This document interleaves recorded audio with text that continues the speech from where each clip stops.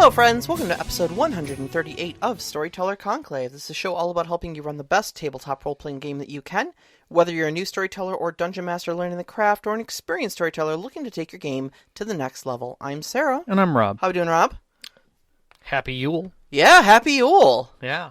It's finally that time of year. It's come around. Yeah, may each and every one of you find warmth and light in the darkest night. Yes, and a quickening sunrise and longer days. Oh, goodness, and it can't come soon enough. Yeah. My goodness. Yeah. For all of you suffering from seasonal affective disorder, seasonal affective depression, I am sorry, and I am with you, and... At least in the northern hemisphere. For you in the southern hemisphere... For you in the southern hemisphere, happy summer. Happy summer. midsummer. Yeah, we're sorry that it's so hot, if it is so hot and crazy for you. So, yep. Yeah, I've always wondered, like, how that's got to feel, to be on the other side. Like, oh, Christmas all about snow and trees and... Not for literally half the globe. I mean, I suppose it's just as normal as it is up here, you know, if you're from somewhere else. I mean, I suppose it's probably weird if you change hemispheres. Yeah, I would definitely say but, that. Especially with the toilet going the other way. I've had Australian friends in the past, and you see Facebook posts from them, and they're like, and, you know, it's the middle of June, and they're like, oh, I'm just not ready for this weather, and I'm like, it's smoldering hot, huh? And they're like, no, it snowed today. Yeah. I was like, oh, right, Australia. Yep, yeah, okay. Yeah, sorry. Yep. So, I don't know if I'm ready for this season, really. Like, I'm better prepared, I think, emotionally for this Christmas than I've been in a long time, because I feel less anxious. Yeah. And like, concerned about things, which is weird to say that after the last 2 years of insanity. Yeah. But I think more related to, like, family and gift giving and that whole thing, like, I've kind of hit a point where I'm okay. Yeah. Like, I'm good. Like, I've communicated with enough people that, like, material things aren't something I'm really interested in right now. I get what I need. Yeah. You know, come see me if you can, or talk to me, or send me a message, or we'll talk online, or something, you know? Yeah, you know, I was recently hanging out with my my sister and her nephews. Yeah, you just had that sushi night kind of thing. Yeah, and so that's what we did for her and her husband. We basically just bought like a ton of sushi and just went over there and just shared. Hell yeah. For everybody's respective birthdays, because like nobody was really interested in like gifts. You know? And I thought that was really good. Yeah. And then of course I'm a little on the outs with my own family right now for, you know, probably obvious reasons. 'Tis the reasons. season. Yeah. And so like Christmas always used to stress me out because of all of this stuff. And like, dead honest, as much as I don't like being on, you know, on the opposite sides of my family right now, like, it's a big weight off my chest. Yeah, it's the weird part about those moments where like that decision got made for me, and like now all of a sudden it's just like, okay, you gave yourself a gift.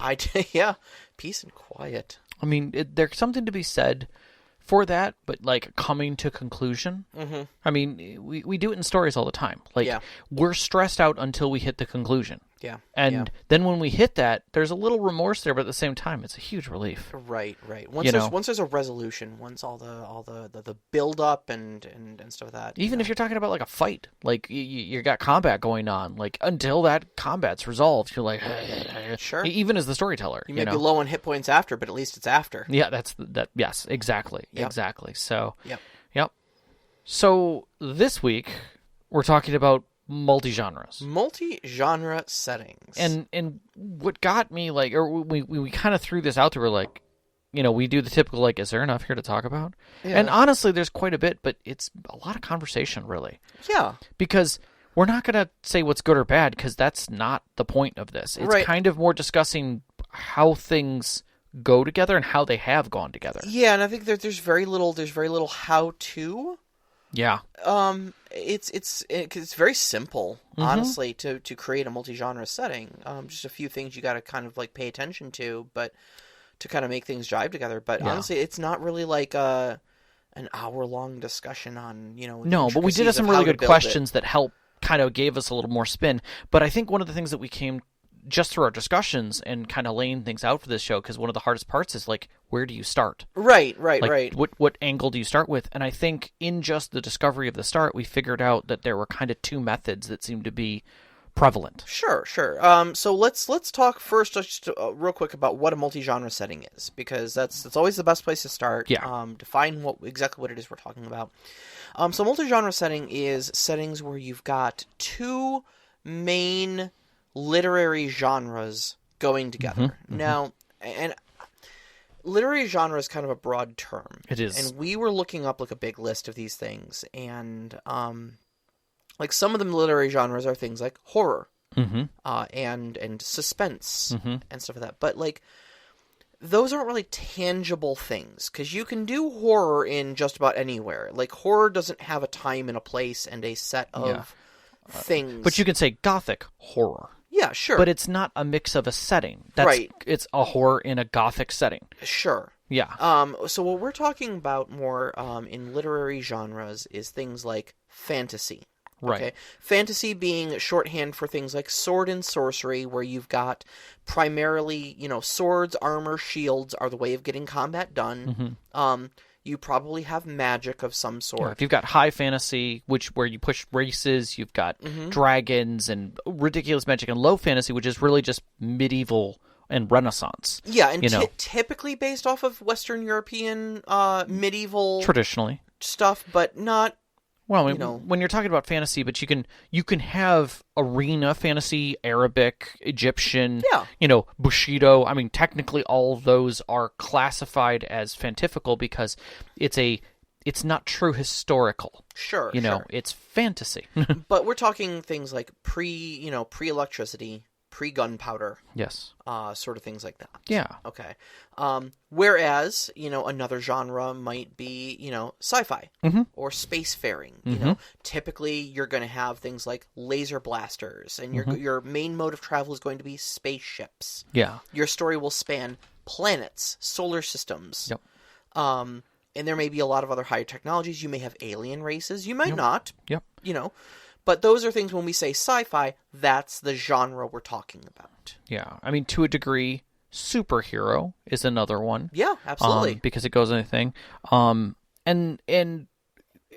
this kind of sets a framework to allow us to then talk about, okay, now what are we really talking about when we're talking about mixing genres?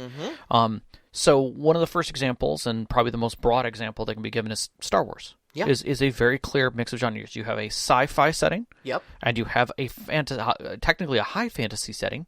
Yep. Because you do have magic, you have wizards, but it is a true blend of the two. Yeah, exactly. It's the first movie, A New Hope, is a story about a wizard who gets a magical message from a princess who has been captured by an evil wizard. Yes.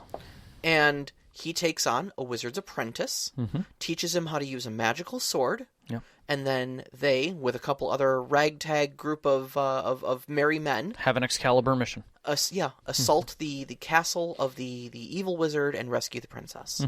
Yep. Yeah, pretty cut and dry. Yeah, it is a fantasy story. Okay, but do that in space. Right. And that's it. That's Star Wars. But what's interesting about that is that Star Wars is a contextually folded multi-genre, because we're still able to 100% see that is a fantasy story. Like, it is all of the tropes that make up the fantasy elements you were able to 100% lay out, and they're merely disguise. There's a thin visage that sits right in front of them that is the sci-fi edge of that. Yes. Yes. And there is nothing to say that the whole of the Star Wars universe is fantasy. It's not. It is, each one of the tellings within it is a slightly different. Boba Fett is, Mandalorian is Western sci-fi. Space. I mean, it's you can still see all of the tropes that follow. It feels like Firefly.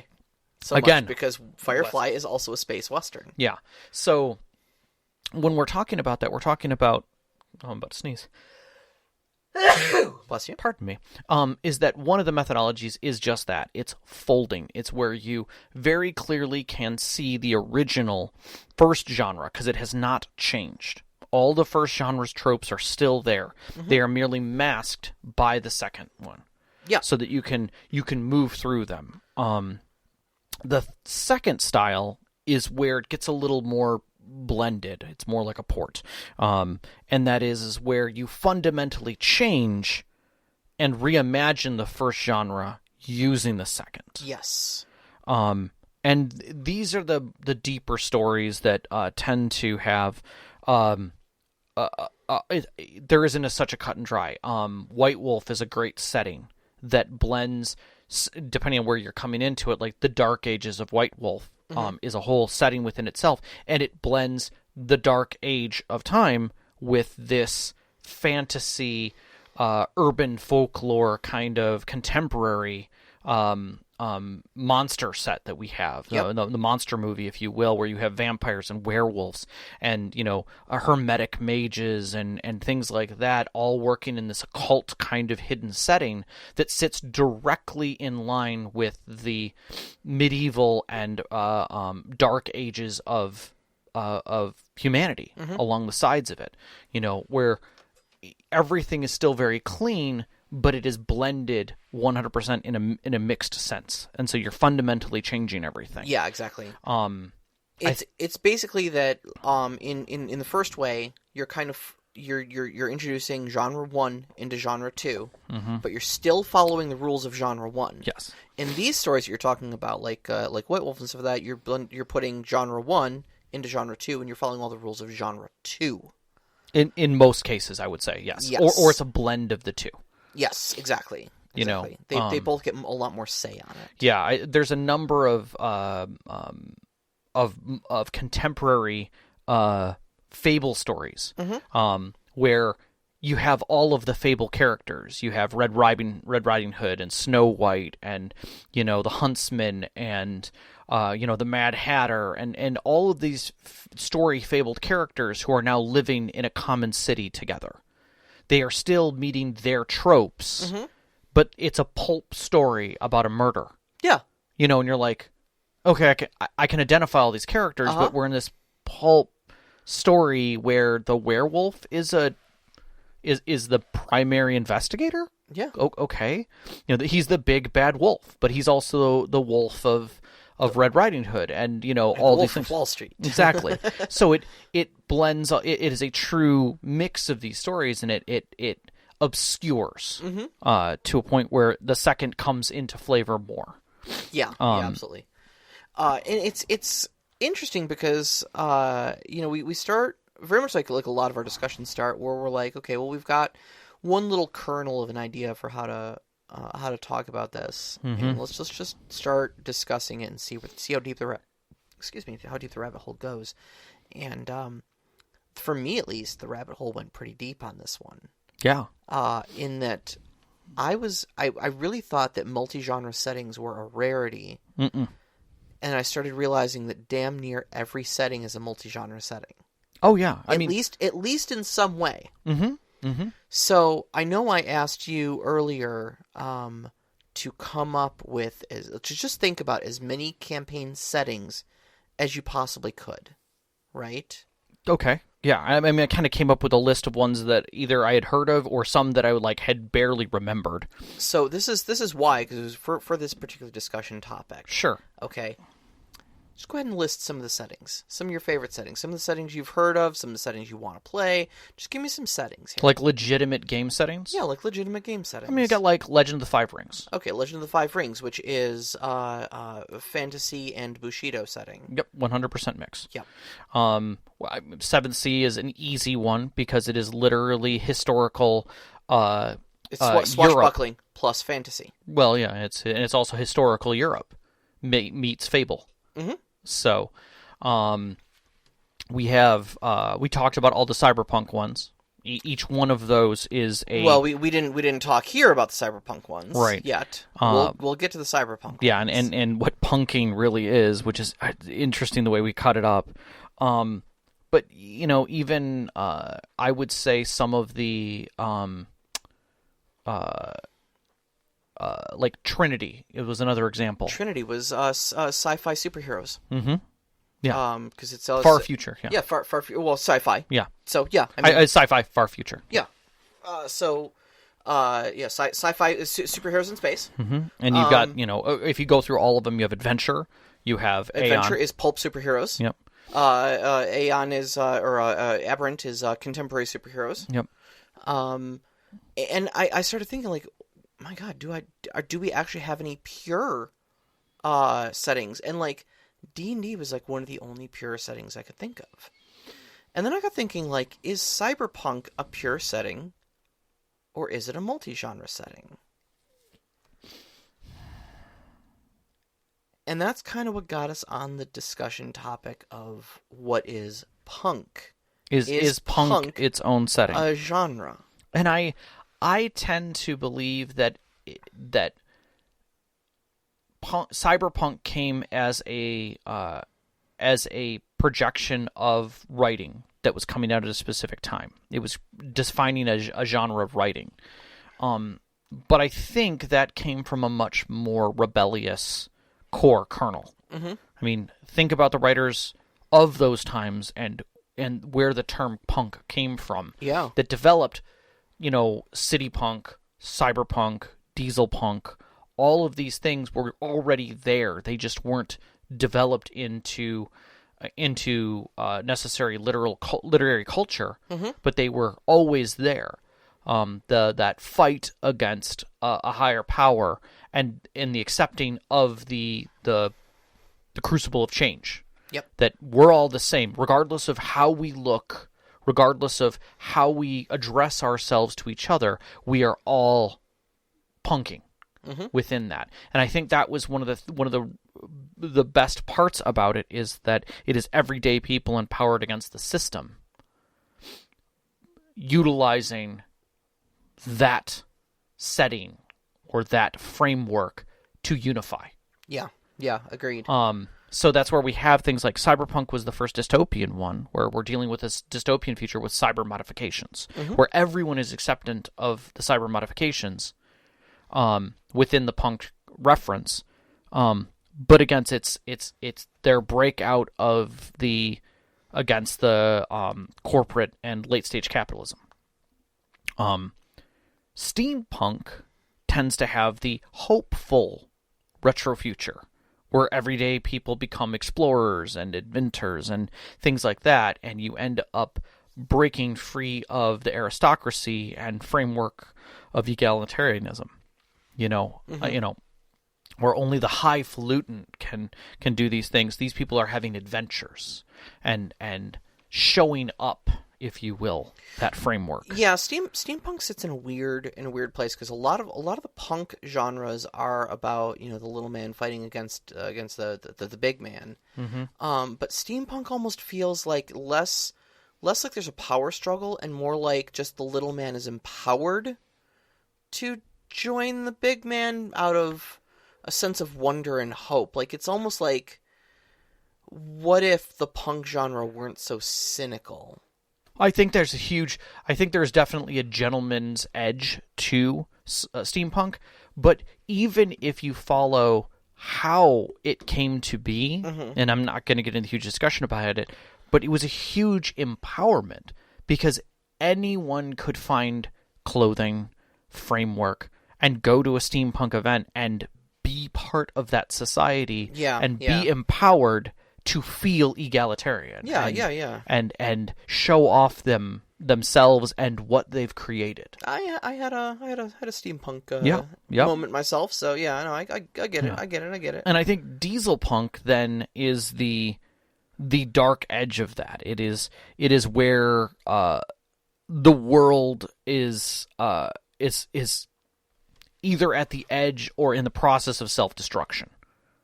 Mm-hmm. I think that to a degree, you've got, BioShock was a great game that kind of sat within the diesel punk kind of framework. It is post-wonder, and now we're into what the heck have we done, kind of state. There's something to say that, Mad Max is diesel punk, even though it's post-apocalyptic. Sure. Sure, absolutely. It's a blend of that kind of framework. Mm-hmm. So I think you can say that cyberpunk to a degree, but I think it's punking that's really the core edge of that. Yeah, it's kind of its own subgenre. And it knocks in the box is saying, "Oh no, does punk have another subjective definition based on what qualifies you to attach it?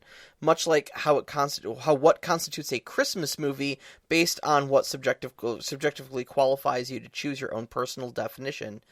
He says, "I sit in the Die Hard is not a Christmas movie, but more Christmas flavored camp." I mean, that's first true. off. We're going to be banning you from the Discord for saying that Die Hard is not a Christmas movie. Die Hard absolutely is a Christmas movie, and it is, in fact, the best Christmas movie. But, no, I mean, like, look, I suppose I get what you're getting at, that punk means different things to different people, and it can be a little bit subjective, but I don't know that, this isn't by any means the definitive... Oh God, no. The only definition of punk you could operate under. Like, we're by no means expert on this. I'm not a professor. I'm not a literary expert. I haven't had, literary science degrees behind me in any way. But what I'm saying is that for the framework of defining genres, I think it does work. I think it is a way for someone to very comfortably say, if I need to frame something up, I think this is a comfortable way to frame it. I think it is, and I would tend to agree that a lot of the people who are within those would probably understandably say, yeah, I guess that would fit. But everybody has their own flavor. I mean, that's the beauty of this. Exactly. I think the best quote that I was able to find that kind of helped us define what we were looking at is like, steampunk is about a world waiting to happen. Mm-hmm. Diesel punk is about a world that's about to self-destruct. Yeah. And that's why I think, yes, absolutely, Mad Max is diesel punk. Yeah. Because even though it's already kind of destructed, it's still teetering on the edge of just completely, Yeah, Tank Girl. Another one. that quote comes from Aja Romano via the daily.com. Yeah.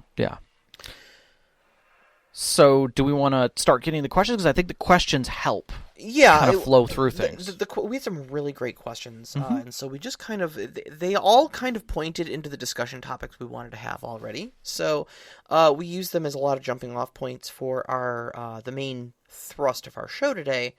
So instead of waiting towards the end, we're just gonna throw them right in here. Mm-hmm. So the first question comes from Overwatch. What multi-genre setting would you like to see that hasn't really made the tabletop in a big way? Inversely, is there one that you see way too much of, or that rubs you the wrong way? Okay. Do you want to open, or do you want me to? I mean, I'm first on the show sheet, but that doesn't necessarily mean we have to go in that order. Do you want to take it? No, go right ahead. I'll let you roll first. All right. So, two-part question. What multi-genre setting hasn't made it in the tabletop in a big way? My first and primary answer to this is post-apocalyptic fantasy. I tend to agree with you. So, post-apocalyptic fantasy, there's only one game system that I know of that even kind of verges on this, and that is Numenera. We did a system spotlight on Numenera. It uses the Cypher system. A lot of that, though... Like, Sean and I were talking last night, is Numenera actually post-apocalyptic? Well, I guess that, again, you have to define what post-apocalyptic is then. Right, so you have to kind of look at what constitutes a post-apocalyptic. So, in Numenera's lore, 7 ages have come to pass, basically. Civilizations have risen and fallen. Yeah. I think it's 7, if I remember correctly. Somewhere around there. Lots of them. And we're talking about thousands upon thousands upon thousands of years have passed since our contemporary age. Yes. And... whereas some of those, did actually self-destruct in an apocalyptic way. Others literally were just like, hey, we're a high-tech spacefaring society now, so we're just going to leave the solar system. Bye. We're done here. Yep. Now, does that constitute an apocalypse? I don't know. I mean, they've effectively removed themselves from the equation. Yeah. We are living with the relics of their lost civilizations, so... Is it post-apocalyptic, post-civilization? I guess. But I guess the element of, post-apocalyptic that I'm looking for in the fantasy is that there are elements of the previous civilization that we still live in the ruins of, essentially. Yeah. And And whether that's distant enough that we don't know anything about that past civilization, or have forgotten a lot about it, or maybe we have vague legends about what happened in the past. Yeah, at Overwatch actually himself had a setting that he was working with that was post-apocalyptic fantasy. And I thought it was really neat because it allowed him to use the Savage World system very cleanly to have things that were technological that were almost mythic. Yeah. In what absolutely. they were. And I think that kind of stuff is neat. I think there's some definite neat directions you can take with that.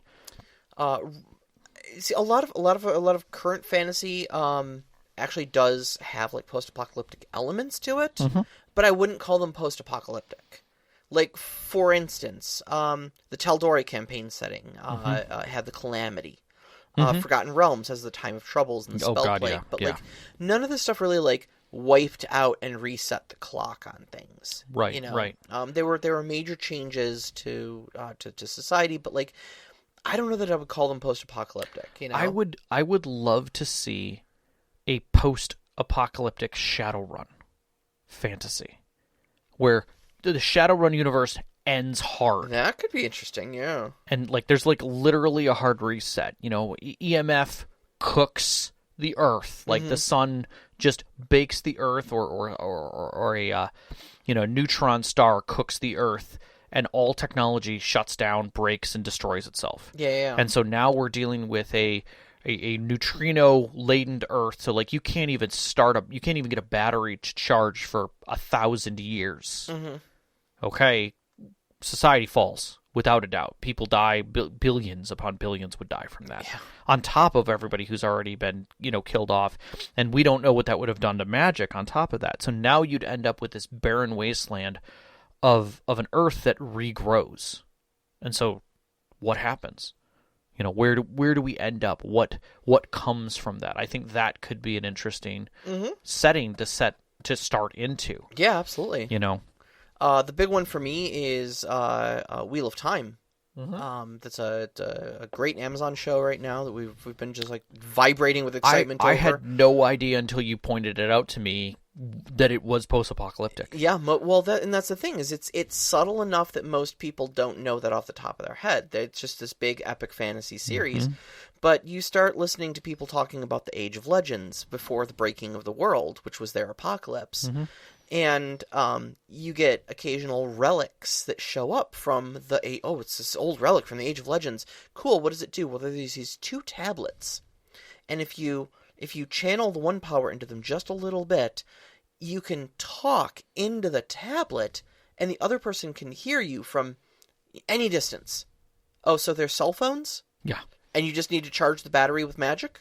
Yeah. Cool. Yeah. Yeah, I mean, it sounds ridiculous, but it works. And then there are minor spoilers here, but there are these characters who were around during the Age of Legends that are in the present day of the story, and some of them are kind of commiserating of like, man, you remember when we had air conditioning? Like, this heat is killing me. Like, it sucks that we don't have air conditioning anymore. And you're like, what? Air conditioning? Exactly. Yeah. But yeah, that's, they talk about what they had in the Age of Legends, and it sounds like a utopian, futuristic society. They had flying cars, they had elevators, they had all this great stuff that we have nowadays. And once you contextualize it like that, you're like, holy crap. They had cell phones, they had airplanes, they had air conditioning. Yeah, this is definitely post-apocalyptic. They beat themselves back into the Stone Age, so they have to use swords and horses again. Yeah. Yeah. I think for me, something that hasn't really been done well or yet would be like Tron Punk. I love that idea. Like literally a completely in system, and agnostic of what's going on the outside. We don't know. Time is completely different in it.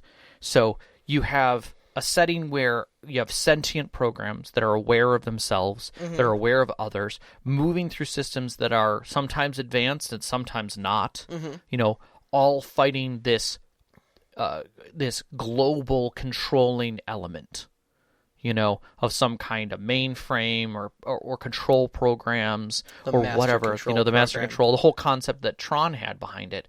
Like, it almost feels like it needs to be done because there's so much, landscape already here for us. Yeah. It's been plowed for the last 25 years and embedded into our lingo that there's nothing that says that we couldn't have this. Agreed. And agreed. It's incorporated in other games. And I dare say that, like, say what you want about the second Tron movie. I didn't particularly care for it, but I know there's a group of people who really love it. But I didn't think it was bad. I think our modern age, like, Tron was almost ahead of its time. In that, I don't know that a lot of people were really ready for a story that takes place inside of a computer. I don't think they know how to take it at all. But I think nowadays, where people are a lot more tech savvy, just on the regular, because we're all so saturated in it, that, like, it's quite possible we're ripe for, a game that takes place in computer architecture. That is not just humanity entering it. Right. That is always our thing, as humanity enters the frame. It's when we are not the center of it is when the story can sometimes really feel different. I mean, playing mouse guard is a challenge because you're not playing a human, you're playing a mouse. And you have to remember that. And you have to remember that it's a different place. When you're playing other games and you're playing as an AI who's trying to be, or a robot trying to become human with other humans around, whether it's Alien or Cyberpunk or any of those things, it's a different setting. But when you're playing a sentient AI of a piece of software, that software has rules. Yeah. It has a guideline, a framework. Yeah, it has goals. So like, it was written for a purpose. So that creates your background and your framework for your character very differently. That's where classes that you see in something like City of Mist or Urban Shadows, where it's less about what you do, but more about who you are, that makes it. And I think that's where it could really shine. Yeah. I mean, absolutely. I think you could use a framework like City of Mist or Urban Shadows to frame something like this and have a very interesting storytelling that wraps around it. Yeah, I'd play it. It. If you ran it, I'd play it. I talked to you a little bit about one of my favorite video games, Tron 2.0, which I thought explored a lot of this stuff excellently. And it's an older game. There's it's still available, I believe, on Steam. There's a sort of an update patch you can find out on the internet. It's a fan-made update for it that like fixes the aspect ratio and the graphics updates and stuff like that, so you can play it on modern machines and whatnot. Right. But it did a lot of really wonderful things. You play as Alan's son, Jet. Who gets digitized and pulled in. So you are still humans enter the frame. Of course. But, of course, everybody else you end up talking to is a program. Like, you're the only human in there. And there's a lot of really great moments of exhibiting computer architecture as a physical space that you're moving around in. Yeah, you end up, you were saying, in a old Palm Pilot, which doesn't have enough space for you, so it's this tiny physical space. You're like a whole-ass human that gets loaded onto a Palm Pilot, and the Palm Pilot starts yelling at you for destroying its memory, because it's like, you're so much bigger of a program than it can handle. It's like a note app, a calculator app, a calendar, and one other, and like I think a Minesweeper app or something like that, and it's this tiny little level because it's a Palm Pilot. Of course it doesn't have sweeping vistas. It's like 4 rooms. Yeah, it's doing the best it can. It's this little puzzler, and basically the whole goal is to basically close enough of the applications and force quit them so that it can open up its own I.O. port so you can leave and get off its front lawn, Yeah. But I think that's telling. I think that's kind of cool. Yeah. There's another level in there, too, that I thought you'd appreciate where 2 of you and a program that's helping you are trying to travel through this system. And you go onto these old backup servers, and when you get there, your companion isn't with you. and you find out that it's because those backup servers are kind of like powered down, and you need to work on overclocking the processor so it can handle having both of you in the mainframe at the same time. Nice. Okay. And then you end up like on the internet, and it looks like Times Square. Right, and you get spammed with message. Oh, it's perfect. There's so many great moments of just imagining what computer architecture would look like if it were a movable, traversable, livable space. Yeah, and where the rules and physics are completely different. Uh-huh. Yeah, because they don't have the same boundaries. All right, so what's overdone? Yeah. For me, fantasy. Fantasy is 100% oversaturated, and I say this as someone who primarily runs fantasy. Yeah. Like it's accessible. It's my main squeeze. It's my main genre. I am running an Elder Scrolls themed game right now. It's just a different flavor of fantasy, but I liked it because Elder Scrolls is different enough from other contemporary, like Lord of the Rings ripoff fantasy. You know, everything just feels like different flavors of Forgotten Realms. And again, like, I'm a huge Critical Role fan. Mm-hmm. I love Critical Role. Their Tal'Dorei Reborn book is coming out in January, I believe. Their Explorer's Guide to Wildmount is already out. They've been added canon to the D&D setting. I love all of that. And I want Critical Role to succeed. I want Matthew Mercer to succeed. But I'm going to say, I don't know that we need...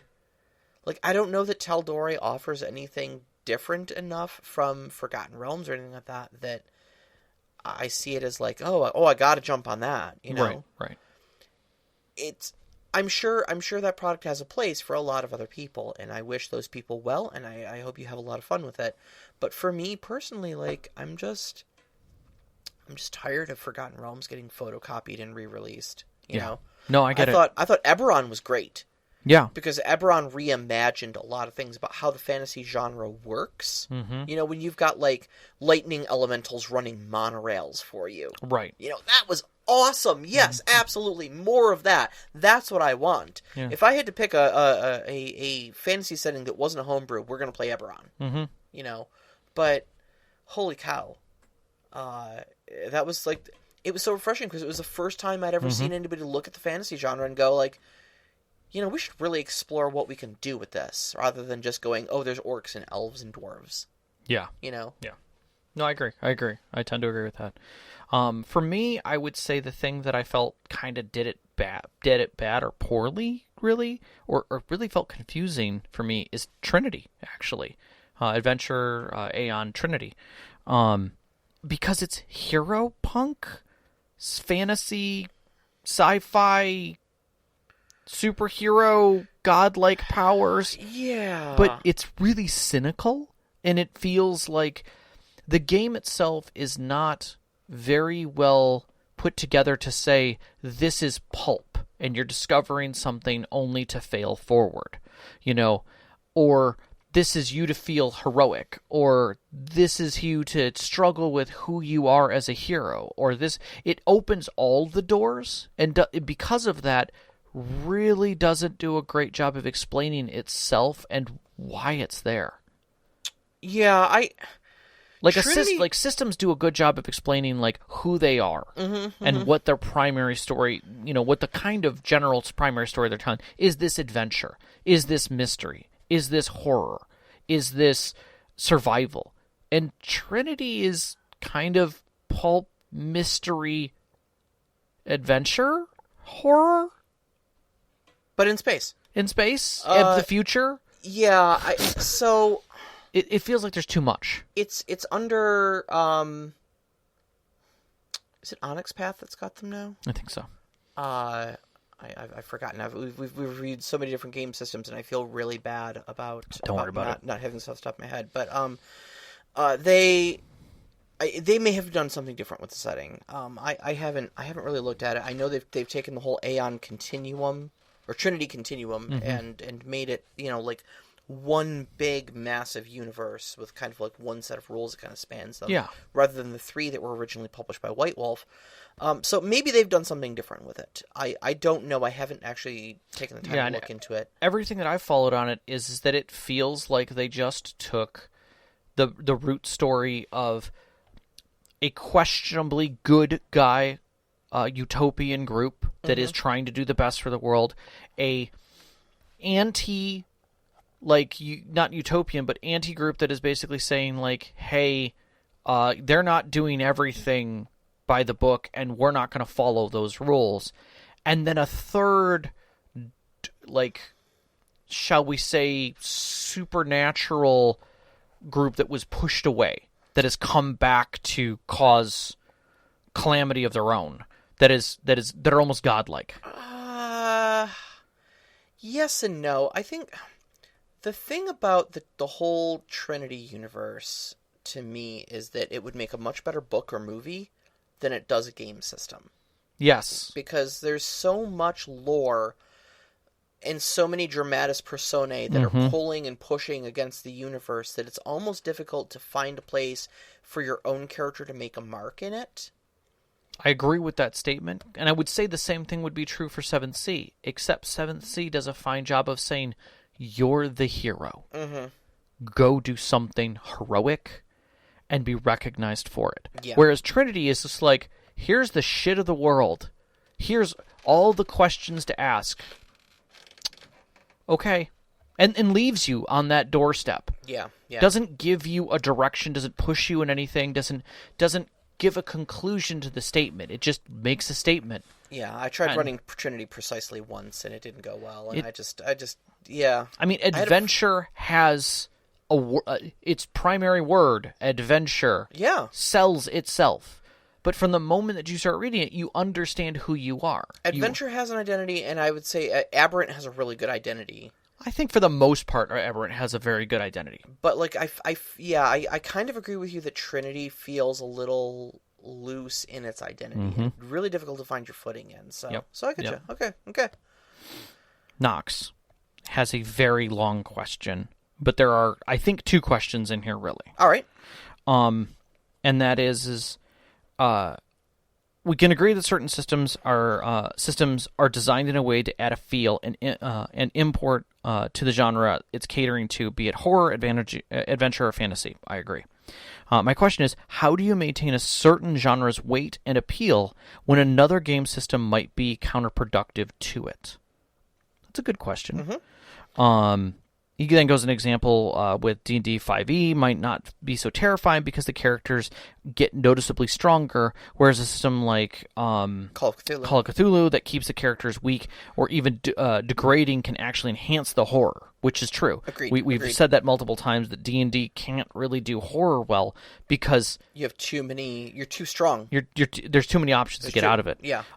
Is there a system that you can think that supports and balances a multi-genre game nicely, or do you think that any system can do this work effectively? I think it's a good question. I think they're two amazing questions. But I think that there are some chunks to this that that are simple in my mind. Yeah. Is that really you've got some basic questions to ask yourself when you're looking into a story, and we've kind of gone over these in our previous stuff. Like, you have, is it heroes or is it survival? Yeah. Like, that you have to understand that. If it's one or the other, it fits. Because obviously, do you want your players to feel like they're constantly succeeding? Are they failing forward? Are they barely making it out alive? Or are they flat out on the run? Mm-hmm. Like, how do you want that to feel? Is it a plotted path or an open world? Do you expect your players to know what they're doing and follow the dotted line? Or do you want them to just search and discover and find quests and mystery and whatever it may be? And then, how fast do you intend your gameplay to be? Mm-hmm. Do you expect a challenging encounter to do a lot of planning and then dice rolling and then tactical metagaming? Or should the players make a few rolls together, or even just one person makes a roll for that challenge or handles that challenge?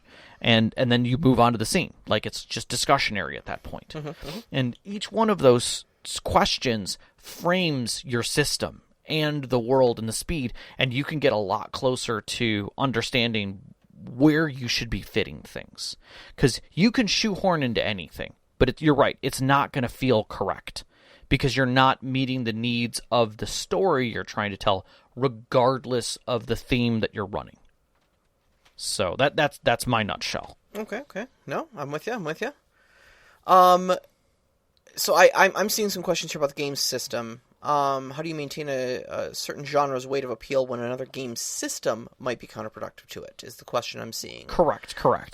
Which is where I'm saying, like, my whole thing is that if you're weighing into a system and it's counterproductive, you're already causing problems. Yes, yeah. You choosing your game system is the third critical step in your equation of what two genres am I going to mix. Correct. You get your genre A, your genre B, and then you have to say, okay, how do what is important to represent, and what game system will help me represent those things? Yeah. Like you said, how do you want the flow of action to be? Where do you want the focus to be? And what game system, what rules are going to pull those things into focus and push the other things to the side? And you want, there's also that intangible, like, feel of your game system, Is your game system supposed to be light and pulpy and fast, fun, furious? Well, then, Savage Worlds feels like an obvious choice to me because that's its tagline, fast, fun, furious, It's very loosey, fast rules.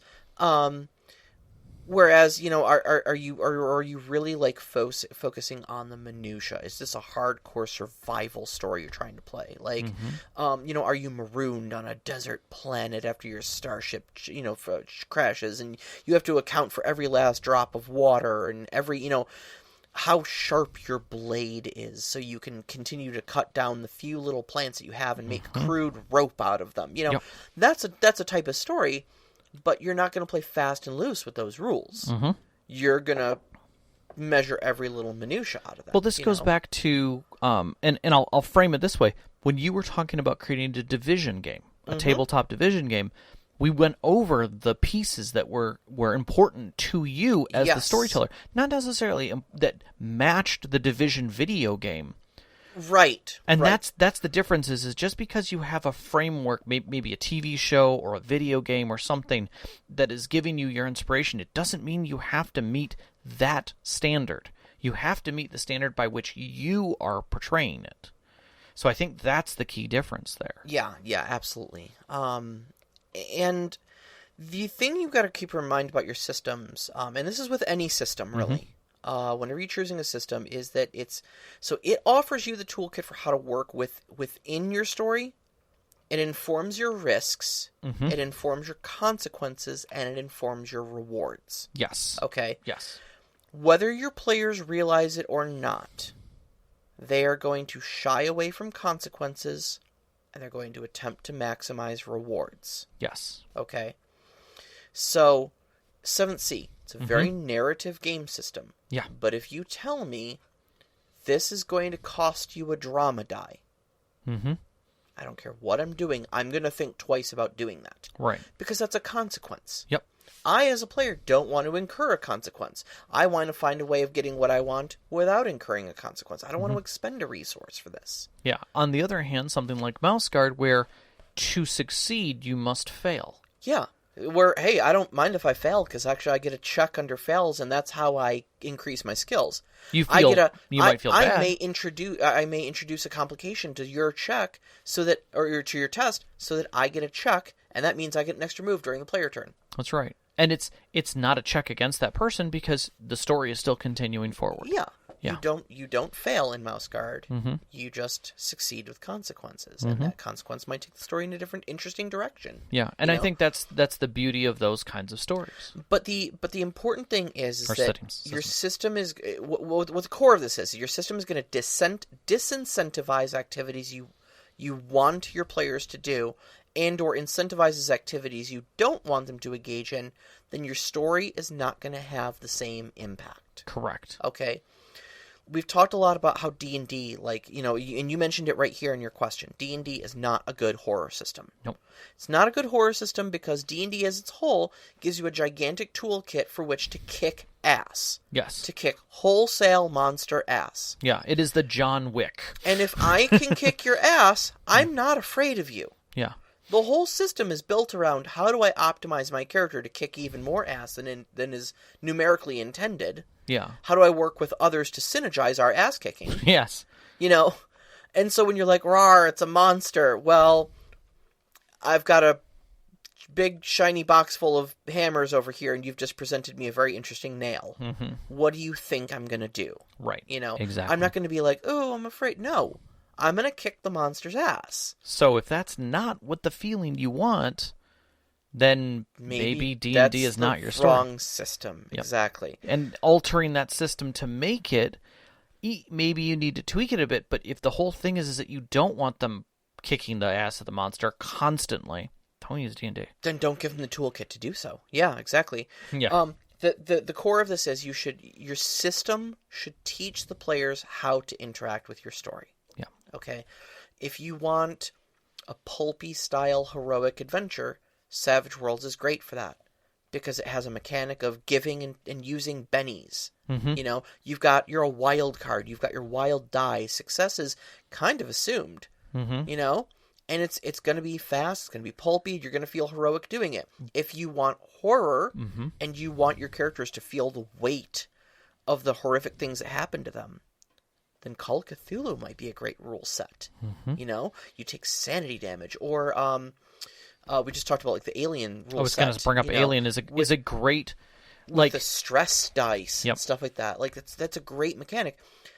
If you want your characters to interact with your story in that manner, if those are the things you want them to focus on, those are the rules you should use. Right, and at the same time, although Savage World is very good and at working with that kind of light pulpiness, it is a very deadly system. Sure, it can be. Yeah. There is no way to come back. It is challenging as hell to resurrect.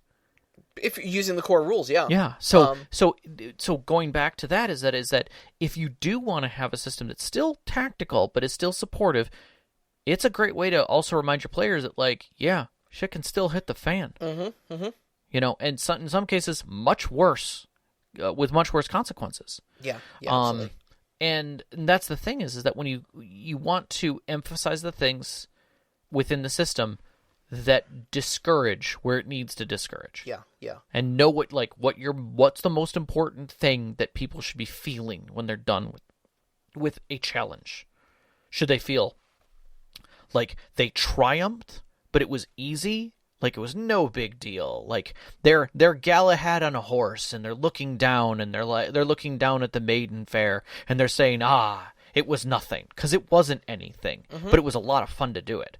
Or is it, 5 Marines crawling out of a bug-infested hole, covered in stuff, low on ammo, reaching the crest of the hill and looking out and going, our drop ship is still a click out. Mm-hmm. Are we going to make it? Yeah. That's the difference. Like, you feel like you succeeded, but you still got a long way to go. Yeah, exactly. Exactly. So that's where I kind of take that one. Yeah, so no matter what you blend together to get your multi-genre setting, and you want to choose the right system for it, that's what you should be looking for, is a system that represents the feel of what you're going for. Yep. All right, so the Mad Elf asks, what would be your favored game system choice to run a multi-genre setting, in addition to Suede, and why choose the system that you just named rather than the hero system? Wow, I think what's the best system for multi-genre, and why is it hero? why is it hero, or why isn't it hero? So I'm gonna go first on this one. Go ahead. So Mad Elf, we know each other in real life. You run our Mouse Guard game. We've had discussions about Savage Worlds and Hero and stuff like that. And even you said that Savage Worlds is better than Hero. Yeah.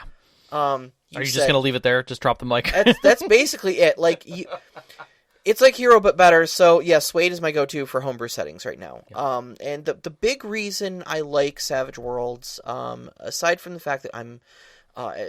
friends of the show know I'm huge on light rule sets. Savage Worlds plays fast, fun, furious. Quick to learn. The rules are super, super, super easy, and we were able to roll right into it. You were able to move from D&D to Savage Worlds literally in one game. In one game system, yeah. And everybody got it, and everybody was fully participating in the game. I think we'll be better at it as we go through, but I think learning the instance was perfect. No, but the second thing about Suede, though, is that it's a great system for this because since it is a generic system at its core, it's got a lot of add-ons and toolkits. For instance, the superhero companion is just coming out. Yep. They're redoing all the companions for Suede now, the Adventure Edition. Yeah. The superhero companion is just coming out. I think they've got horror and fantasy slated for coming up pretty soon. There are a lot of good settings and stuff like that, all compatible with Savage Worlds. And also, one of the most famous multi-genre games, Rifts, was lifted from Palladium and put into their Savage Rifts is a thing. So and it makes sense. Multiple books for it because they do have rules for all the medieval weapons, all the futuristic weapons and stuff like that. It's very easy. They're all balanced against each other, so it's easy to say like, where it's a fantasy setting, but there's rail guns. Sure. And mechs walking around from the post-apocalyptic civilization before you. Why not? Cool. We've all got rules for that, and I don't need to tweak anything. Yep. Yeah, it's why I've been looking at it for altering my 7th Sea to do Savage Seas. Absolutely, and I'm looking forward to that. Yeah, it's waiting on my head that I need to start tweaking that. Although now I'm starting to think of a Tron game. So that said, though, you should like we talked about in Nox's question. You should always pick the best system for the story you're trying to run. There's no one size fits all for this. Right. Savage World's my go-to in general, but like if I were trying to run, Lovecraft in space, I'm definitely running Call of Cthulhu. Or if I want to focus more on the space elements, I might grab Traveler. Yeah. Because those are already great for doing those types of stories. Yeah. And adding something in like, oh, this is a horror in space. You can still run Traveler. You just be creepy about your storytelling. You can still tell, fantasy sci-fi using Traveler if you just add in some aliens. Yeah. No, I 100% agree with that. And for me, I go with that. I don't recall Hero all that well, but I know it well enough for its simplicity. And I think for that, it makes it easy. And I think that's the whole point of this, is that these are systems that at their core are simplistic. Yeah. They are talking outside of setting. They're talking about who they are. We are a hero system with wild cards. It's removing the setting and going back to, this is a game system that is genre. I'm giving you an initial genre. Go ahead and mix it. Do what you want with it. And I think that's the core component there that's neat about it. I think beyond that, we're talking, is it tactical? Is it narrative? Is it heroic? Is it survival? Like, find out which one of those it is, and you will know what system's going to work for you. Do you need something that's gritty and number intensive because you need it to be very tactical? Then grab Palladium or grab D&D. Grab a system that has the genre feel that you need for it. Yeah, sure. Do you need it to be narrative? Go wild. Go grab something from Savage World or the City of Mist or something like that, where you're not dealing with any equipment whatsoever. Yeah. It's not even part of the system. Yeah, exactly. Heroic. Like, there are tons of heroic systems out there that just basically make you a god so that you aren't thinking about that. And it makes it really easy. And then survival. You can go as simple as Dread. Dread, yep. Yep. I mean, stack a Jenga tower and just tell a creepy story. So there's nothing that says you can't. It's just a matter of how you fall into it. Whether you need a more tactical feel or less. Whether you need simple rules just to play it off with your friends. Like, go grab WRNM. Sure, there you go. Simple rule set. Move on. WRNM, so good. But don't weigh yourself so hard on it. All Absolutely. Right. So our next week's topic, it's actually last episode of 2021. Yeah. It's going to be our year in review. We're going to talk about our favorite shows, our favorite questions. There's some movies that we actually talked about tonight over dinner. I think I'm going to bring up a little bit. So. Yeah, absolutely. Go ahead. So you can find us on Twitter at @ST_Conclave, on Instagram at @ST_Conclave. Listen to us live every Wednesday night at 7 p.m. Eastern Time on mixlr.com/storyteller-conclave. And join us up on our Discord. You can find the link to our Discord up on Twitter or on our website, storytellerconclave.com. We'd like to thank our listeners as well, but our Patreon members, especially our named members, Knox in the Box, Sam, the Arcane Asylum, Sparkle Motion Veteran, and Hulavu. We thank you every week for helping us out as much as you have. Our pre-show music is by Arcane Anthems. You can find them at patreon.com/arcaneanthems. Our intro music is Beyond the Warriors by Geefrog. You can find that at geefrog.bandcamp.com or on Google Music. And our outro music is Only Our Footprints in the Sand by Midair Machine. You can find that at freemusicarchive.org. And a big shout out, as always, to our families, Vicky and Sean. Thank you so much for loving and supporting us.